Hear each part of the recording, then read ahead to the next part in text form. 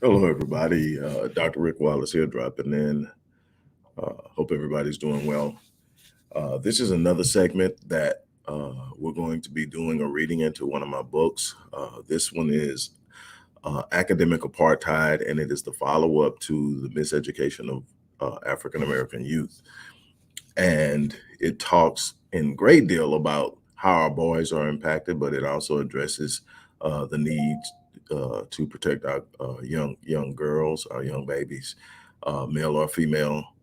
And I'm going to read an excerpt from chapter 5. And the link for the book, if you want to get the book, is in there. For a limited time, there's no shipping, so you just pay for the book and it'll be shipped out, signed. There's also a link in there for Linktree. If you're looking to see a one place where you can find a lot of the things that we do and we offer, we're building a link tree where you can just go to link, hit the link, and it'll show you all the offers. So we're doing that to make things simple for you guys who want to know, because we've got a lot out there. I've got, just in books alone, 24 and about to drop 25 plus. Some of my authors are dropping books in the next week or so. So that's going to be exciting. So we're going to go chapter 7. I say it's chapter 5. We're going to chapter 7. The title of chapter 7 is False Liberation, The Dangers of Illusion. Ahead of time, I'm going to apologize. I'm a speed reader. So if you see me kind of get caught up, it's because my mind is already gone and my mouth is trying to catch up with it. And I have to re-practice reading out loud in front of people because I've been doing speed reading now for more than 20 years. With all the stuff I have to consume in order to be prepared to do what I do, it requires it. Plus, I just love reading, and so the more I can read, the better. But I'm just apologizing. You guys have heard me, so if you're back here, it's probably because it's okay. Anyway, false liberation, the dangers of illusion. As I stated earlier, it is important to view education in its proper context. When I speak of education, I am speaking of the holistic process through which youth are indoctrinated and prepared for the life ahead of them.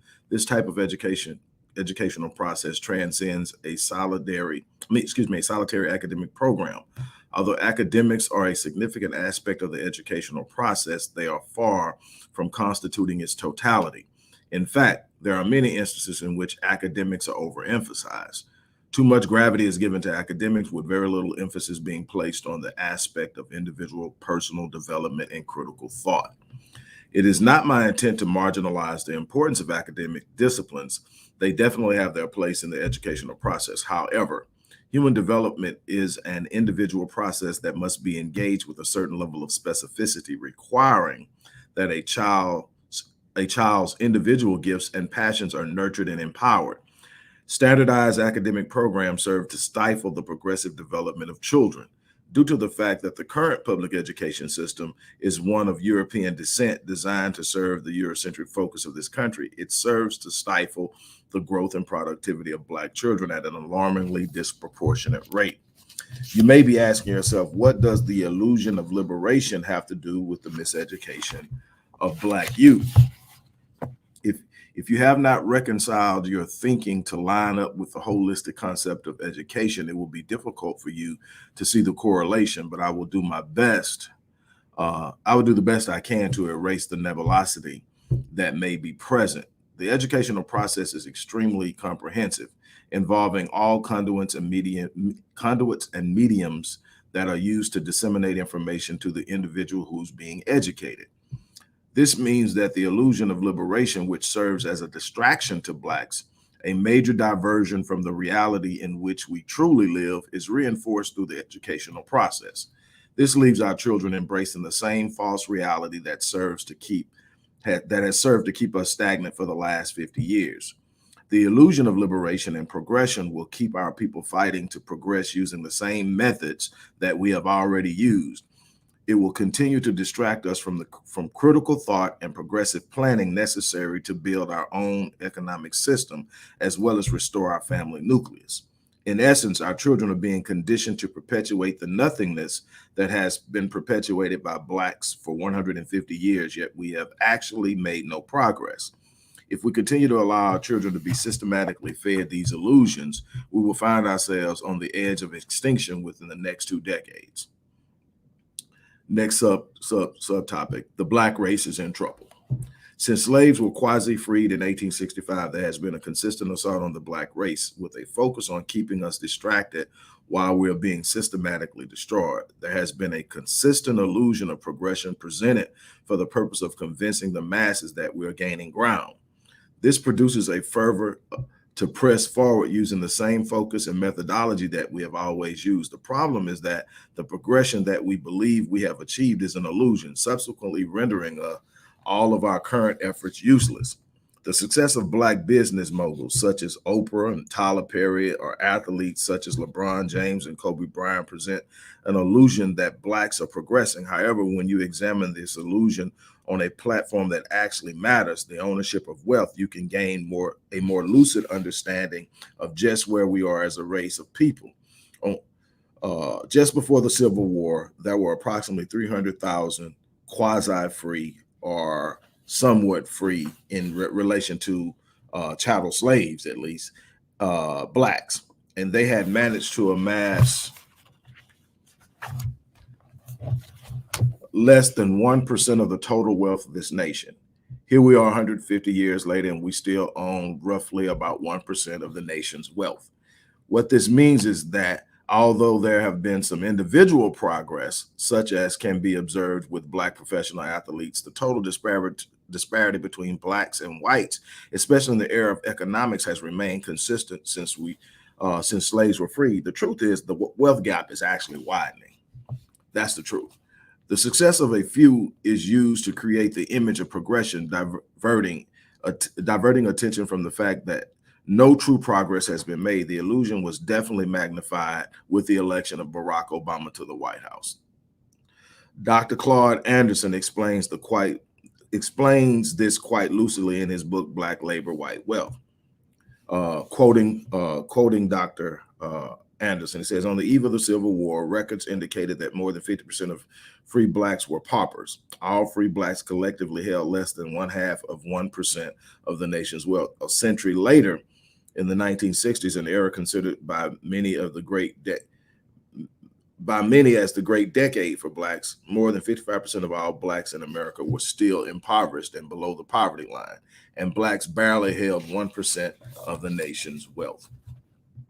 What is even sadder is the end of quotation.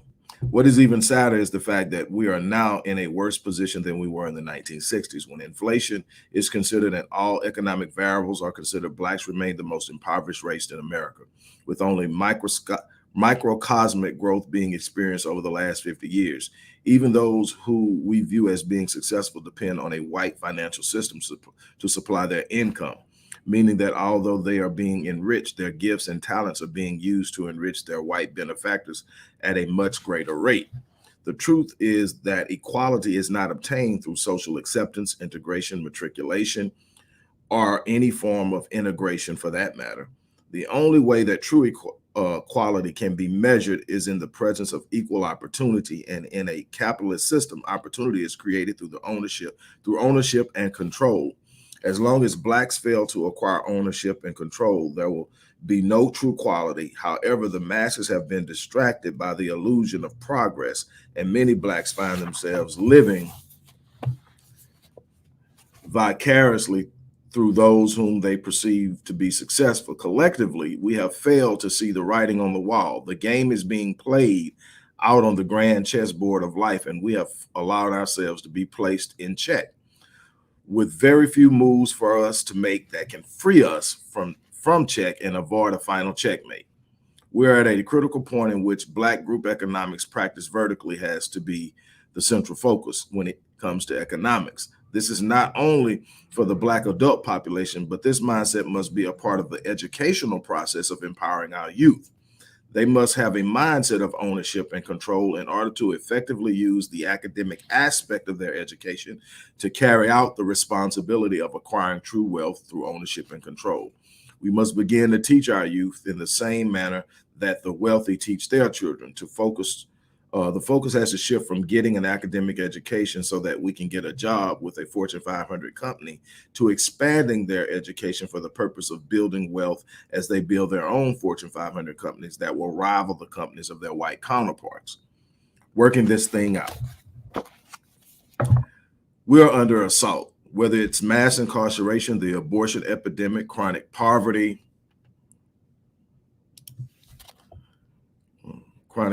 or a number of other mechanisms, mechanisms perpetuated against us by white supremacy. We are being constantly bombarded by machinations that are designed to destroy us, or at the very least marginalize us. We have spent too much time focusing on the wrong thing. This means that we must make a decisive move to correct our direction. As Blacks, we must create our own Black economic infrastructure that is designed to redirect the focus of the Black dollar, so that we can start investing in Black businesses in the manner in which will allow us to dominate every industry in which we dominate spending. That is so huge. Any industry in which you dominate spending, you should also dominate ownership. It's no way that you are funding an industry and you are not dominating the ownership in that industry. That is a gross misuse of economic resources. We've got to do a better job, and we've got to train our children while they're being educated in the early years of life on how to do that. There's no way that we should completely dominate. Well, here it is. I wrote it. But there's no way that we should completely dominate spending in any industry and not dominate business ownership in that industry. The beauty supply industry is a $15 billion a year industry, and 96% of the annual revenue is generated by Blacks, meaning that more than $14 billion of this industry comes from the pockets of Blacks. However, Blacks only own about 3% of the businesses in the industry. This has to change. We must be willing to engage in building vertical enterprises in this industry, meaning that we must own businesses at every level: retail, distribution, and manufacturing. That is how you dominate a market and industry. This way, no external entity can price you out of the business. While the adults are laying the foundation for this, we must be teaching our children this practice and mindset from an early age so that it is instilled in their psyche. This is how we break the chains of bondage that still hold us back, not by begging for relief or appealing to the sympathy of those who oppress us. Freedom is something to be seized, not negotiated. That was chapter 7 in Academic Apartheid, which is my 24th book. I'm working on 25 now. That one's also focused on wealth and the history of Blacks in America.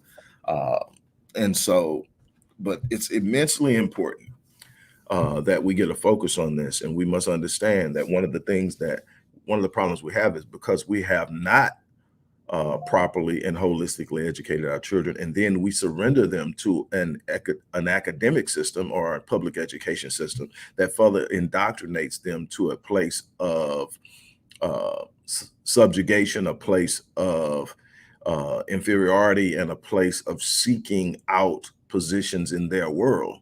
They never ever truly assume power. I said this before, and somebody took absolute offense to it because, again, they don't understand the dynamics of life. You cannot consider yourself truly free if you're dependent upon somebody else to move, or if you have to seek the permission of someone else to move in ways that benefit you within the scope of ethics and morality. I'm talking about within the system of what is considered legal, in the system of what is considered ethical and moral. If you still have to seek others' opinions, others' permission, others' opportunities to make your way to the best possible life you can live, you aren't yet free. You have not yet been liberated. When you are truly liberated, you are liberated from the need to have anyone else do anything for you. You're liberated from the force of having someone control how you move. You're liberated from the force of fear, the force of poverty, the force of domination and oppression. So in essence, until we have gotten to a point to where we can operate in a state of autonomy, we have not experienced a state of autonomy that is equal to the state of autonomy that is experienced by others who are fluid and mobile in this country. Obviously, there are rules and things that are going to happen. There are always going to be some people who are left behind and don't get it. What I'm saying is, on a collective level, we have to close the wealth gap. On a collective level, we have to close the gap in business ownership, in bank development and ownership, in things that allow us to move.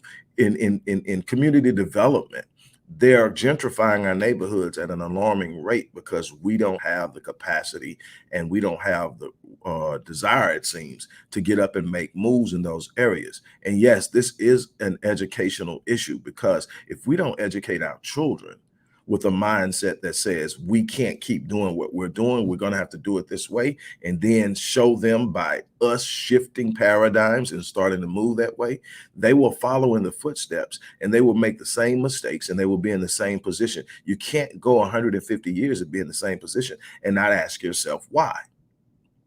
It's not because we're dumb. With some of the most intelligent and remarkable people, every time you see a report of some kid 4 or 5 years old getting into Mensa, if you know what that is, that's for kids with high Qs over 135, meaning that they're classified as a genius.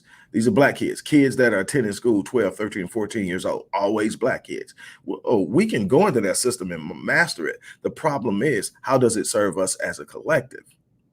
Because what will happen is they'll take the talented 10th and throw back the crumbs and leave us where we are. What do I mean by that? That means that they'll take the intellectually gifted, bring us in, get us educated, get us fired up, pay us well, and then turn around and give us a place in a position with certain stipulations and restrictions that allow us to live this unbelievable life we never thought we'd live, but restricts us in the way that we can't go back and bring our own with us. And so we're over here living a certain way while our people are living differently, but we're not going to give it up because we can't have that life no other way. That's a problem. It's happening in the record industry. It's happening in athletics. It's definitely happening in the record industry. It happened in athletics, but it's also happening in upscale businesses. People get to a certain level and they use their acumen, their skill, their intelligence, their creativity, their artistry, and then they get there, and then they don't want to have anything to do with us anymore because they bought into the Eurocentric idea of what is. It's our responsibility to make sure that we are rearing kids who are properly socialized into their blackness first and foremost. The one thing that your child is never going to be able to escape is their blackness. So you socialize them into that first. You can't escape your blackness. You can escape poverty. You can escape danger. You can escape the hood. You can escape a lot of things, but you will never escape your blackness. You take your blackness wherever you go. Your blackness leads. The first thing a person recognizes when you walk through the room is that you're black. No matter how attractive, no matter how handsome, no matter how well dressed, no matter what, they still recognize that you're a black man. And so with a black woman. So in that case, you have to socialize these kids into their blackness, give their blackness the power it deserves, give their blackness the beauty it deserves, give their blackness the identity it has to have, so that they embrace it, so that they enjoy it, so that they love it, and so that they're not feeling bad about it when they go out into a world where not everyone is black. That's a part of the educational process as well. It's not just about the attainment of academic skills, it's also about the importance of identity. The first thing you educate a kid with is their identity, their history, who they are themselves, what they're capable of, the beauty in their makeup. And if you can't give them that, then the world is going to tell them what they should look like. And then they're going to get out and realize, well, I don't look like the world say I should look. I don't have the complexion, so I'm gonna start bleaching myself. My nose is too wide, so I'm gonna start getting surgery. And before you know it, they don't look like themselves. And then they find out they're still not happy. Why? Because you can never escape yourself and be fully fulfilled. You were designed to be you. And that's the beautiful thing. They'll keep pulling you away from who you are over and trying to be what they want you to be. And you'll never be as good as a Caucasian as you are as a black person. You're never going to be as good operating in the system that they created for themselves if you are in your own system. That's the thing that you're going to have to be willing to understand. So when I wrote this book, it was a follow-up. I don't even know if the other one's around here somewhere. It was a follow-up to my 16th book. This is book number 24. It's a follow-up to my 16th book, which is The Miseducation of Black Youth or African American Youth in America. And it's about the importance. We are a people that talk constantly about the importance of our children. Yes, yet I find our children are so unprotected. Do you know how many missing and that's a whole nother video I need to do. You know how many missing girls reports I get in my email because our organization deals with rescuing girls from sex trafficking. But so you know how many I get a day? Just a day, black girls under the age of 18. This isn't even the missing black women. This is just black girls, 3 or 4. I got about 6 yesterday.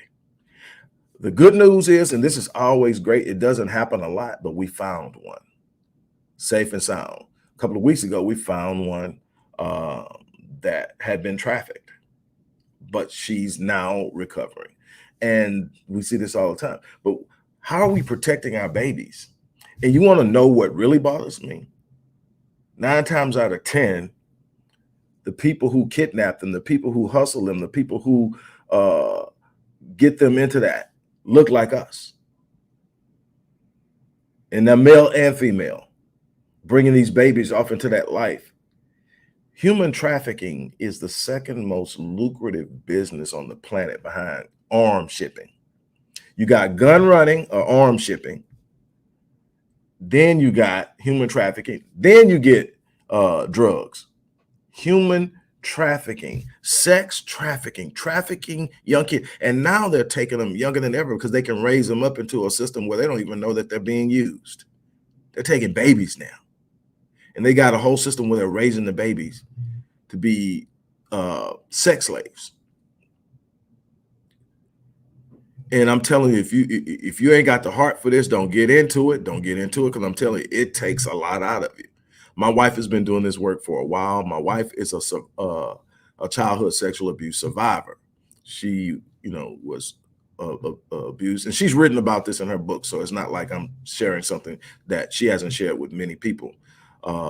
It's her testimony, but she was molested at 5. She was raped twice at 13 and 14. And she had to survive all that, come out of that situation. And it was people she knew, people she should have been able to trust. But it gave her a passion to help young ladies and help young girls. And she does it with a passion. She has this unbelievable heart. Sometimes it drives me crazy because it's like, I thought I have a giving spirit, but she just doesn't know how to turn it off. But we do this, and we've been doing it for years. And I'm telling you, and there are some boys out there going through hell too. Let's not act like do you realize that young black boys under the age of 18 are being molested at a rate of 1 in 8 conservatively, and probably more closer to 1 in 5. The more we can get young boys to really talk about what they've been through and get them to trust us in sessions, we're starting to find out that a lot of them are suffering as at a capacity close to what the young girls are suffering. And it's scary and it's crazy. But these are the ones we're saying are our future. We're not protecting them. We're not doing a good job. We are not doing a good job at all. 1 in 8 is a conservative number. Here's the liberal number for females, 60%. If I could tell you how many people that I work with personally that come to me, some of them come to me because of this particular issue in general or in specific. Others come to me for a whole bunch of other reasons. But when we get down to it, when we're trying to remove the layers and find the impediments to why they can't get things done, why they can't have good relationships, why they can't have good careers, why they can't get stuff done, we get down and we get back to childhood, and there it is. It comes out. It's been hidden. It's been suppressed. It's been buried. And now we get it because it's been a toxic cancer in their psyche and their subconscious all this time. Even though their conscious isn't aware of it, their subconscious is being eaten alive by it, and they can't perform. They don't know why they don't trust. But we go back and we have to deal with it. Now we got to rebuild. We got to integrate that trauma into time, into into their lives in a matter of time, because the way it's there, it's still there. It's a relived experience. It's called traumatic memory. And this is just something we go through. Well, do you realize that 60% of females on the liberal side, the conservative numbers, if you go get a very conservative study, still over 40%. That's almost half. And that's just sexual abuse. What about other forms of abuse and neglect? Do you see the kind of problem we have in our communities, and we're not dealing with it? When I talk about holistically educating and empowering, I'm talking about way more than what happens in that classroom. And there's got to be something that we do about it. I've been literally for 30 years conducting research, tens upon thousands of hours to understand what's going on with my people. I produced a theory called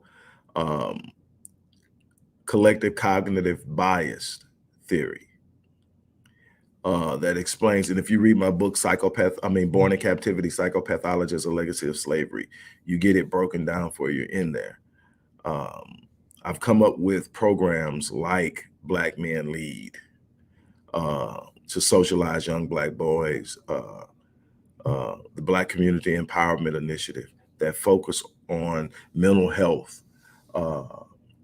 traumatic healing, and so much more. There's work to be done. We can talk all day. We can have these little videos. We can sit up and debate, and we can go, oh my God, shaking my head, all the little things we like to put on posts that we see on social media, but real life is happening, and our babies aren't faring well out there. We got mothers killing kids. You know, I get those too. A same-sex partnership, the mother's lover beat her baby in the head. This was a couple of weeks ago. And threw the body in trash bags. A little over a month or so ago, here in Houston, police were called to an apartment where they found 3 brothers, ages 15 and under, living in the apartment with their deceased brother, whose body had been decaying for a year. This was just a couple of months, maybe a month or so, maybe 2 months tops. These kids are living in an apartment. I'm assuming housing's paying for it because the rent had been paid. But they're living there, and parents have abandoned them, just left them. They're knocking on doors, begging, and they reported the smell, but management didn't do anything. Nobody was ever called out. And that is the kind of stuff you get that. I mean, I'm telling you, I spent so much time trying to rejuvenate and recover from dealing with this. But the problem is, if I don't do it and the people who are passionate like me don't do it, we would be in even a worse situation. I'm not asking for pats on the back. I don't do it for the pats on the back. I do it because I love my people. And because if I didn't love my people, I'm in a position where I could go out and me and my family could live. And we would be fine. What happens, but we're not impacted in the way a lot of people. But I made myself a promise: as long as the vast majority of my people are not living as good as I am, or at least have the opportunity to do so by access, not just by thought. In conception, anybody can do what I've done if you're committed to it, but you got to at least know it. You got to at least know it. You got to at least know where to go to start. That's called access of opportunity. And until the vast majority of my people have that, I haven't succeeded. Me making it doesn't mean I've succeeded. I've got to make sure that people who don't have access or didn't have the parents I had, didn't have the teachers I had, still have a chance. And that's what this is about. So when you see what I just read, I'm going to be back reading some more. I'm going to also read from Born in Captivity. And we're going to talk about these things. For those of you who want to help with what we're doing, you can reach out to me if you want to help financially in supporting the work we do. There's always a link in the description box. You can either click the link and give that way, or you can give directly through the organization's Cash App.